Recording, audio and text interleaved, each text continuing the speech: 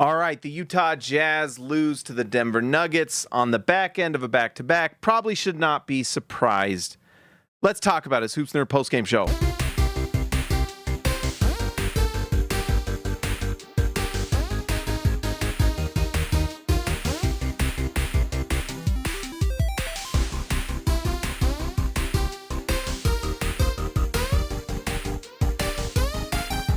All right, guys. So, like I said, the Utah Jazz lose to the Denver Nuggets. This was actually a pretty interesting one up until halftime. It's a trend we're seeing with the Jazz recently where they are playing pretty well, playing close, and then get the doors blown off in the second half. That's why that Houston Rockets game last night was impressive, because Utah was able to really keep that one relatively competitive and interesting the entire game, which is not something that has happened all season. We saw the Jazz get a lot of, Will Hardy was the one who made all these comments the other night before the Houston Rockets game, really kind of a call to action to the team, and it was nice to see them last night kind of rise to the occasion, and I'd say they did pretty well tonight. Like I said, back end of a back-to-back, not all back end of a back-to-backs, Sega Babas, whatever you want to, second night of a game of a back-to-back, Sega Baba it's called. Not all those are created equal. The ones that are tough are like tonight when you are playing the second night, but it's after having traveled. It's different if you're at home than if you are traveling and playing that second game. So not a lot of surprise that the Jazz had a terrible second half, but still you would hope that the Jazz would have done better. All right, so let's see here. Let's look at the Utah Jazz. Well, let's just talk about the Nuggets. We talked about during the playback a lot about Nikola Jokic, and there's a lot of people that like him as the MVP. I still am very big on SGA, and I think tonight, if Utah wasn't terrible, I think Utah had a real shot to win this game. They just don't have a lot of high-level players right now playing. They just don't. Keyonte George had a really good first half and then just kind of fell off a cliff in the second. Isaiah Collier really struggled. But the one who kind of struggled to shoot the ball, Nikola Jokic, except ironically when he's taking full court Euro step shots, was Nikola Jokic, 8 for 18 from the field, still 44%. You expect probably more from him. 14 rebounds, 6 assists for Jokic, 27 points. 27 points because he didn't shoot the ball well, but he did get 12 free throws tonight. Just 1 for 5 from 3. So he's incredible. Not much else to say about the Nuggets. I don't know. It's going to be interesting to see them in the playoffs because I do think they're a tiny bit of a paper tiger with their depth and defense. And, they didn't even have Jamal Murray tonight, so they played pretty well without Jamal Murray. So they're going to be good. It's going to be interesting to see just how good they are. All right, let's see. Let's just talk about the Jazz now. Like I said, it's second night of a back-to-back. There are a few things we can take from this. One of them is I am officially kind of out on Cody Williams. I guess I'm not out. You never know. Next year he may have this incredible bounce back, and that's what you obviously hope. But it is really rough where he is just... It's kind of interesting. He has like 6 shots per game night after night. In fact, it makes me want to pull up Basketball Reference. Let's see. Let me look up Cody Williams. And let's just look at his field goal attempts, which I think if my theory is correct, I'm guessing they're about the same every night. If you go back, so 6-9-9, 6-7-8, 4-5-5, 4-4-8-9. He's taking kind of that. I was gonna see if it was 6.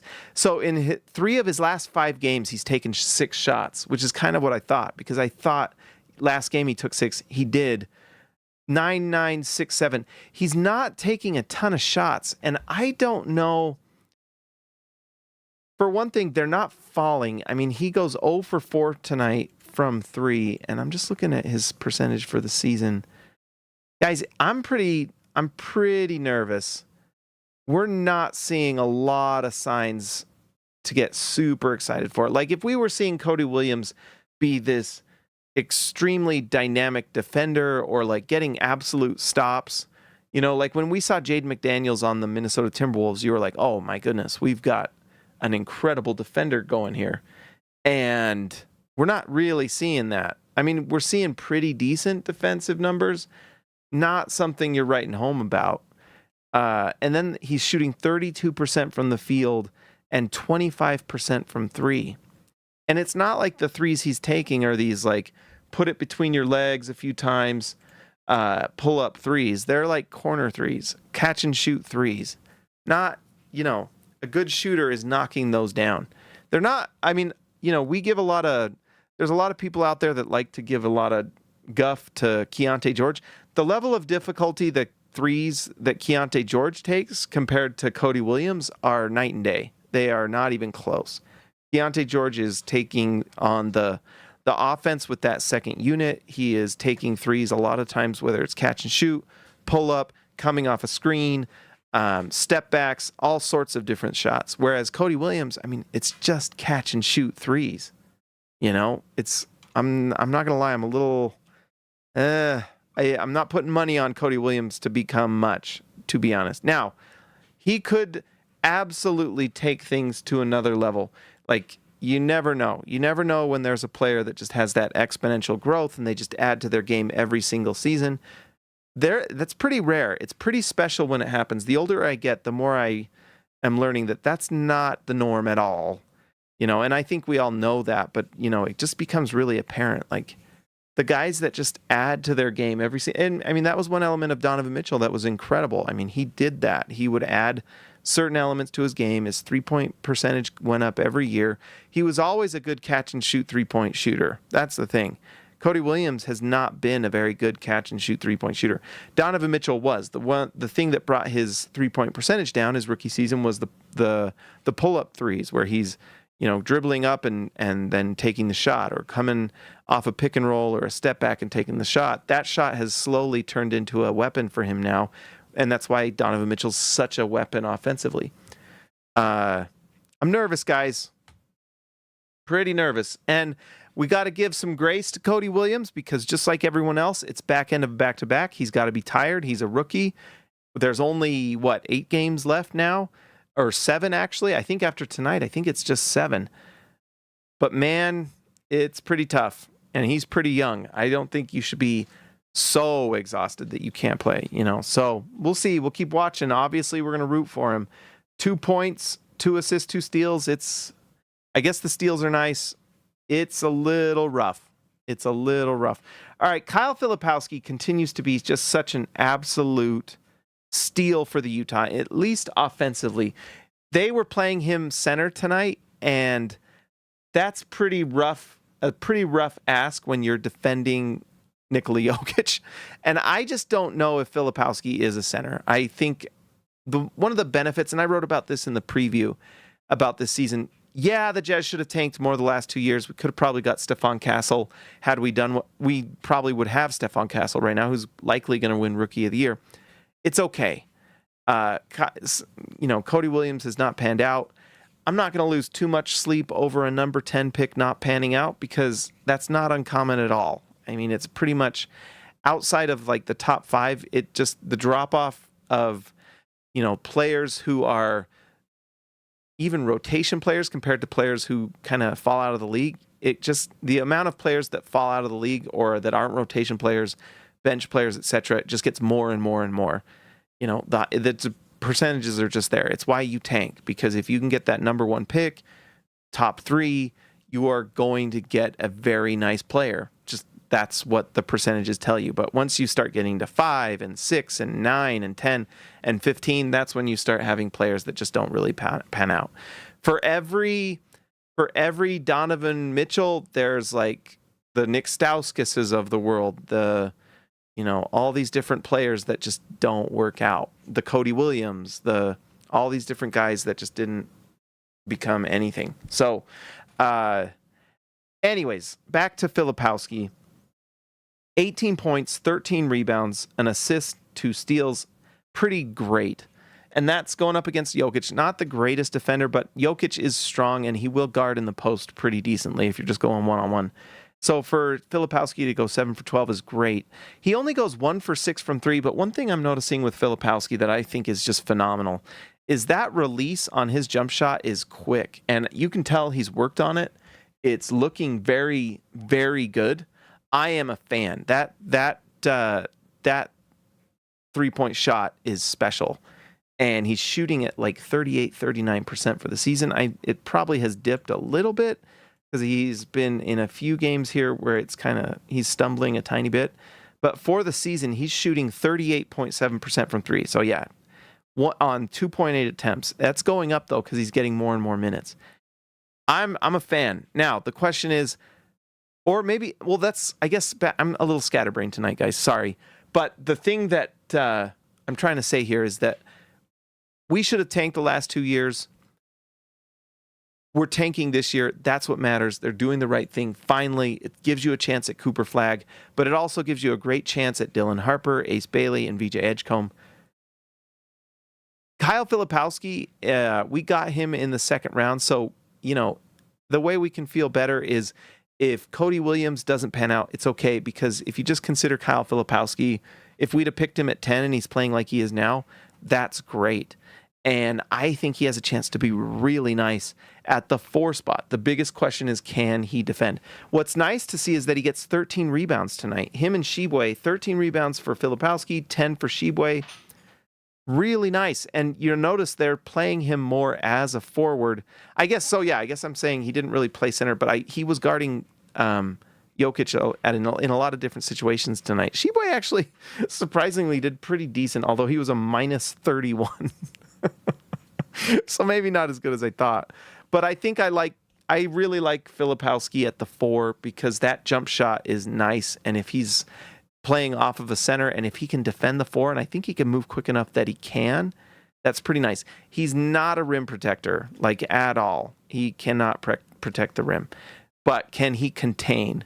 You know what I mean? That's where it gets interesting. I think at worst with Filipowski, you're looking at a 6th or 7th man that can absolutely score the ball.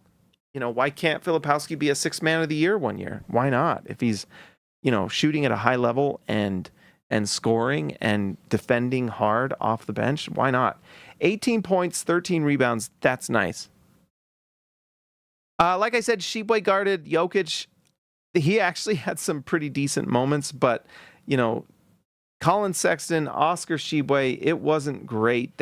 Colin Sexton had a bad night tonight, 8 for 18. I guess 44% from the field. That's crazy. He had the same exact number as Nikola Jokic. Look at that. 8 for 18 for Jokic, 8 for 18 for Sexton. That's interesting. But Sexton did not do the other things that Jokic does. So he played just 23 minutes tonight. He hasn't played well recently at all, to be honest. I mean, this is okay, but I think he has some sort of injury that he's playing through. He is not playing well the last 2-3 games. Isaiah Collier,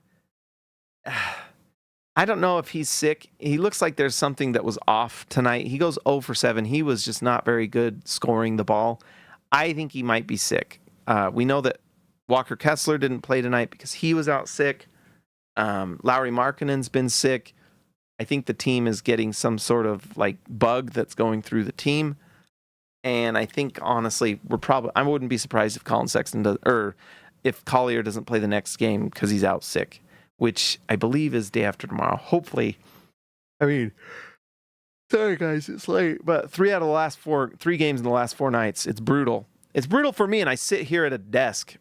What is it like for players who are probably sick 3 games in 4 nights? Got to be brutal, especially when you're traveling and getting into cities at 3 a.m. and things like that. That's got to be just tough. Keyonte George, it was a tale of 2 halves, and I do think that Keyonte just got tired in this one. The first half, he was playing amazing. He was 5 for... He was what was he? 5 for 8 or 9 in the first half, and he had a lot of... he had 4 assists. He also ended up with 4 rebounds. He just looked great. He looked great. Believe me. I don't know what his numbers were the first half exactly. I'm just going off of when we were watching. It came off... he fell off a cliff the second half. He just did. 5 for 17. Although in a game like this, it really felt like the Jazz kind of let go of the rope. They knew that this was the Nuggets were rolling them. Utah was tired. And Utah is young and tanking, so we shouldn't be surprised what happened in the second half. I tell you what, though, I was really, really happy with some of the things we saw from Keyonte George. Some of the passes he made, he was setting up KJ Martin, who cannot shoot. So I think the 4 assists is a little unfair because he was setting up guys in a really nice way that weren't hitting shots. Johnny Juzang was not good tonight. Key was setting him up a few times. You can see he goes 0 for 3. KJ Martin, 0 for 3. These were guys that Keyonte George was playing off the bench with, and he was setting them up in a nice way. That's 6. Honestly, these were set up by Key. They didn't fall. And I just was impressed with how he played. Like, he's just making better decisions. He's making smarter decisions. He had some nice defensive plays. This steal he had was really good. And there are some signs of improvement that you want to see. So here's this steal from Key. It's a pick and roll with Westbrook and Jokic, and he goes down, and then look here, gets the assist too. So he's playing unselfishly. He's really trying. You can see the improvement. It's just, there's something there. Now, the question is, how good can Keyonte George become? I think that when you put Key with better players, those numbers are going to improve because we are seeing him make better decisions. He is definitely changing from a player that probably was like, didn't see a shot he didn't like, to a player that is now picking his shots. And it makes me happy. Now, the second half was bad. I think that was probably a little bit of tired legs. And who knows? But the first half, he looked great. I'm loving the decision making. I'm loving it. And I think having a player like Keyonte George, who's averaging, let's just pull this up, as a 6th man of the future, averaging 16 points, just under 6 assists. I mean, if Key averages let's say Key's peak is 18 points, 6 assists, and he's shooting it at nice percentages, and you have that off the bench, I mean, that's pretty great.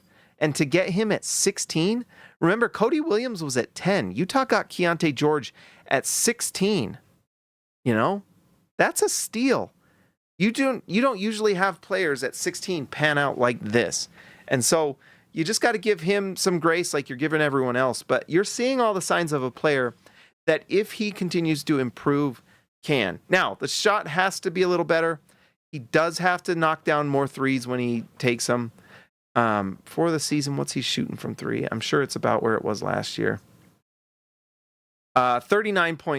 that's from the field, 39. From 3, he's shooting a percentage point better, which, if the next 3 years he gets 1 percentage point better every year, 3 years from now, that means he's 37, 38%. And that's pretty great for a player who handles the ball. And we talked about this a little bit. The shots that Keyonte George is taking compared to the shots that Cody Williams is taking are night and day. Like night and day.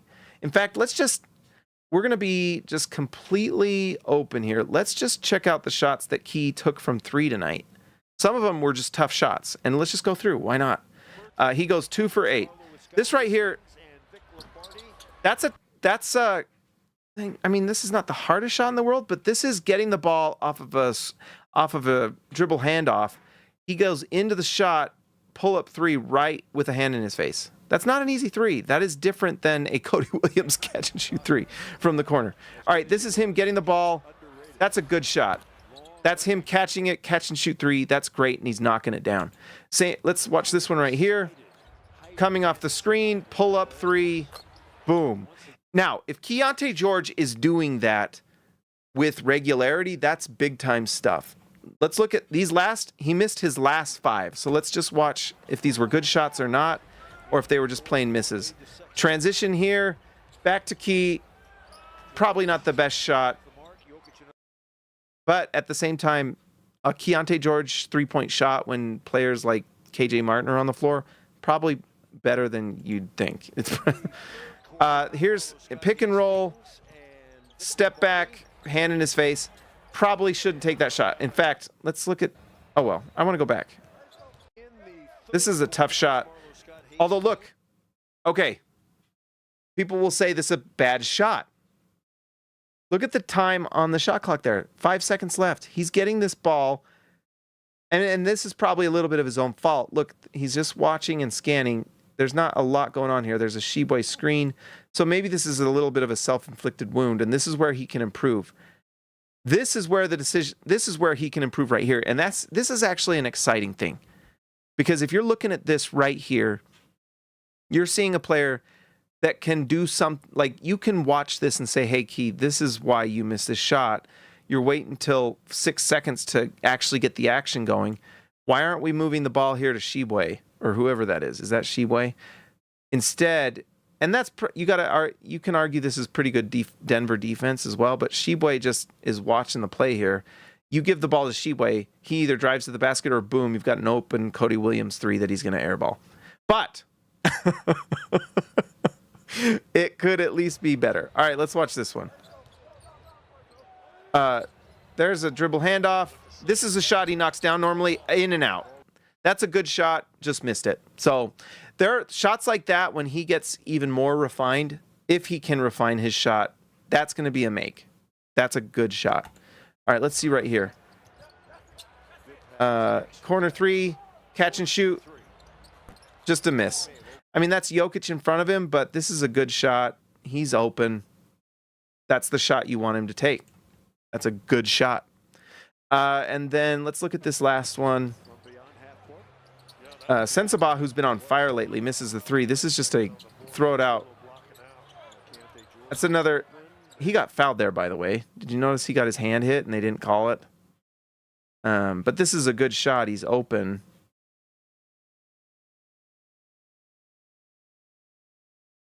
Oh, I guess. Well, I actually watched a game and I was listening to the refs. If your hand gets hit after the ball released, and they reviewed it and said it was a foul. So I don't know what a foul is in the NBA sometimes. I don't know. But anyways, what I'm saying is that Key is making better choices. I'd say just one of those threes you'd probably want him to not take. So in my opinion, you can improve this to 2 for 7 just by improving decision making. But what's nice is this isn't like 2 for 10, 2 for 12 with 5 bad shots, right? These are good shots. I think some of those last ones, he's got tired legs. It's hard to be an elite shooter when you've got bad legs. Let's see. Let's go to KJ Martin, 16 minutes tonight. He had the worst air ball, I think it was last night. I can't remember. I don't know, guys. I don't know if KJ Martin is an NBA player. He's an NBA athlete, but I don't know if he's an NBA player, right? If that makes sense. He's just... what his NBA skill is just being athletic. The 3 does not fall. I don't know. I'm rooting for the guy, but I think and maybe we root for him to have a contract with the Jazz next year because it can help us get AJ DeBonsa, Darren Peterson. But I don't know if KJ Martin's an NBA player, so that's my thoughts on him. Now, Bryce Sensabaugh has been shooting absolutely lights out since All-Star break. Tonight, he was 2 for 6, probably another sign of dead legs, but he was only a -2 in a game the Jazz lost by mucho points. So he goes 5 for 12 from the field, 41%, 33% from 3. Considering he's tired, that's honestly a pretty great sign. For the season, his 3-point shooting, I already pulled it up. Let's bring it up here. Sensabaugh, the numbers with his 3-point shot are amazing. Let's see. He is shooting 46% from the field, 41% from 3. That is just crazy good efficiency. That is insanity. The problem, can he defend? 1. And 2, the turnovers. They're so rough. And I don't know if this might get demonetized. I don't care. Let's go look at these turnovers. He is such a high turnover player, guys. For a player that doesn't handle the ball. Like, one of the things people need to realize, and it's why some of the talk with turnovers drives me a little crazy, is that the turnovers, not all turnovers are created equal, and not all players should be turning the ball over at certain rates. If you are handling the ball, if you are playing point guard, you are going to turn the ball over because you are making a lot of different passes, and just the odds are you're going to make at least 2 to 3 turnovers a game on average. Chris Paul, one of the best assist to turnover ratio guys in history, averages like 2 turnovers per game, something like that, maybe slightly below. playing point guard, you're going to turn the ball over. You go look at John Stockton's turnovers. He turned the ball over around that area. Incredible assist to turnover ratio. Stockton was amazing. So, when Keyonte George is turning the ball over, you shouldn't be shocked, especially for young point guards, rookies, whatever. With Sensabaugh, who's playing off the ball, for him to have 3 turnovers tonight is crazy. And he played, let's just go back really quick. Sensabaugh plays tonight 22 minutes. I mean, that's pace for 4 or 5 turnovers, which is like tops in the league for like some of the highest play percentage point guards in the league. So for him to like have this, it's just crazy. It's bad. And then the fact that he's not defending at a good enough level is frustrating. So he's got this incredible shooting ability. He's got to figure out how to not turn the ball over. So let's look at these. This is, oh man, that was right at the beginning. So let's just see here. He's got the ball. Bad pass. I don't know. He's kind of blaming that. That's just not a good pass, man. Like that's just throwing the ball in traffic. Don't make that pass. Right here in transition opportunity, just terrible. That's just going into the paint and being covered and not making the right play. It's just really bad. And this is like every game.